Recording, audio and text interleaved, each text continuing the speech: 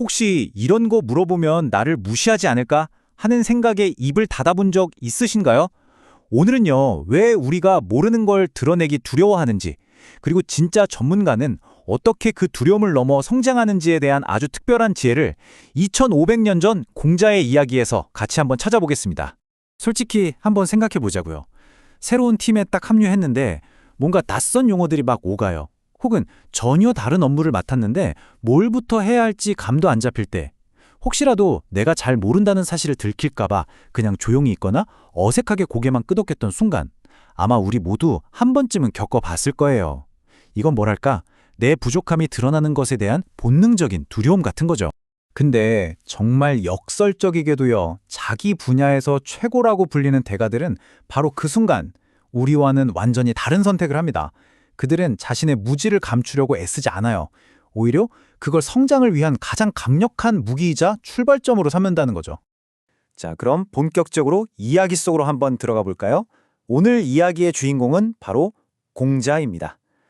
우리가 알다시피 공자는 당시의 예법, 그러니까 모든 의식과 절차에 관해서는 따라올 사람이 없는 최고의 권위자였어요. 그런데 그런 그가 보였던 한 가지 행동이 당시 사람들의 상식을 완전히 깨부숴버립니다. 그 결정적인 장면이 바로 논어 향당편에 기록되어 있는데요. 공자가 노나라의 시조인 주공의 사당, 그러니까 국가에서 가장 신성하고 중요한 제사를 지내는 공간인 태묘에 들어섰을 때의 일입니다. 화면에 보이는 이 문장, 입태묘, 매사문, 이게 모든 이야기의 시작점입니다. 태묘에 들어가서 모든 일에 대해 물었다. 아니, 예법의 최고 전문가가 국가에서 가장 중요한 제사 공간에 들어가서 절차 하나하나에 대해 질문을 던진 거예요. 당시 사람들은 이걸 보고 얼마나 의아하게 생각했을까요? 여기서 매사를 물었다는 건요, 그냥 궁금한 거 몇 개 확인한 수준이 아니에요. 제사를 지내는 순서부터 시작해서 제단 위에 놓인 그릇 하나의 용도와 역사까지 정말 말 그대로 모든 것에 대해 마치 처음 배우는 사람처럼 꼼꼼하게 물었다는 뜻입니다. 다른 사람들은 너무나 당연하게 여기는 것들까지 전부 다요. 공자의 이런 태도를 단 4글자로 완벽하게 설명하는 사자성어가 있습니다. 바로 그의 학습 철학의 핵심이라고 할 수 있는 불치하문입니다. 불치하문, 글자 그대로 아랫사람에게 묻는 걸 부끄러워하지 않는다는 뜻이죠. 진짜 배움 앞에서는 내 나이, 내 지위, 내 권위 같은 건 아무런 장벽이 될 수 없다는 정말 놀랍도록 열려있는 자세를 말하는 겁니다. 여기서 진짜 흥미로운 지점이 하나 있는데요. 바로 일사라는 한자의 원래 모형이에요. 이 글자가 마치 사람이 어떤 일을 하기 위해서 공손하게 고개를 숙이고 있는 모습을 본떴다고 합니다. 어떤 일을 완벽하게 해내려는 전문가의 태도는 가장 먼저 겸손하게 고개를 숙여서 묻는 것에서 시작된다는 깊은 통찰이 이 글자 하나에 담겨있는 셈이죠. 후대의 위대한 학자인 주희 역시 공자의 이런 행동을 보고 감탄했어요. 이건 단순히 아는 걸 확인하는 차원을 넘어서 진심으로 배우기 위해 스스로를 낮춘 겸손함의 정점이라고 평가한 거죠. 공자의 이런 철학은 그냥 머릿속 생각으로만 그치지 않았습니다. 그는 제자들과 함께 천하를 돌아다니는 긴 여정 속에서 길 위에서 만난 평범한 사람들을 스승으로 삼았어요. 현장의 지혜가 얼마나 중요한지를 몸소 보여준 거죠. 한번 보세요. 그는 농부에게는 땅의 기운을 읽고 물의 흐름을 다스리는 자연의 지혜를 배웠고요.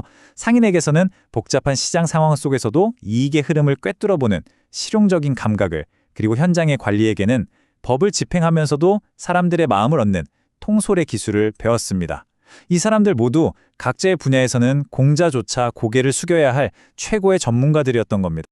그리고 이렇게 다양한 전문가들에게 겸손하게 배운 지혜들은요, 전혀 예상치 못한 위기의 순간에 정말 강력한 힘을 발휘하게 됩니다. 바로 태묘로 향하던 길에 폭우로 다리가 뚝 끊겨버리는 그런 절체절명의 위기가 닥쳤을 때처럼 말이죠. 위대한 학자 공자는 책 속의 지식만으로 이 문제를 해결하려고 하지 않았어요. 그는 즉시 현장 전문가들의 목소리에 귀를 기울였습니다.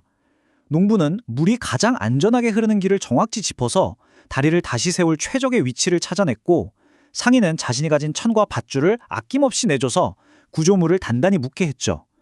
그리고 관리는 사람들을 효과적으로 조직해서 이 모든 작업을 착착 진행시켰습니다. 여기서 핵심이 바로 이겁니다. 끊어진 다리를 다시 이은 기적은 한 명의 천재적인 머리에서 나온 게 아니었어요. 이 분야는 제가 당신보다 모릅니다 라는 사실을 솔직하게 인정하고 기꺼이 묻는 그 겸손함에서 시작된 협력이 만들어낸 결과였던 거죠. 자, 이제 이 2500년 전의 이야기를 바로 오늘 우리의 삶으로 한번 가져와 볼까요? 공자가 들어섰던 태묘는 그냥 옛날의 어떤 신성한 장소만을 의미하는 게 아닙니다. 사실 우리 모두는 매일 각자의 태묘에 들어서고 있거든요. 바로 이런 것들이죠. 새롭게 시작하는 프로젝트, 처음 가보는 낯선 부서, 처음 만나는 고객, 또 배워야 할 새로운 기술까지. 이 모든 낯선 상황이 바로 우리가 겸손하게 모든 것에 물어야 할 현대판 태묘인 셈입니다. 이것 하나만은 꼭 기억해 주세요. 공자가 태묘에서 질문한 건 정말 몰라서 물었을 수도 있지만 그보다 더 중요한 건 그 공간과 맡은 임무를 완벽하게 책임지려는 존중의 표현이자 치열한 프로의 자세였다는 겁니다. 모르는 걸 묻는 건 내 약점을 드러내는 행위가 절대 아니에요. 오히려 성장을 향한 가장 지적이고 용기 있는 선택입니다. 오늘 내용을 마무리하면서 스스로에게 이 질문을 한번 던져보면 어떨까요? 지금 내가 마주하고 있는 나만의 태묘에서 진정한 전문가로 거듭나기 위해 내가 가장 겸손하게 고개 숙여 물어야 할 단 한 가지는 과연 무엇일까요?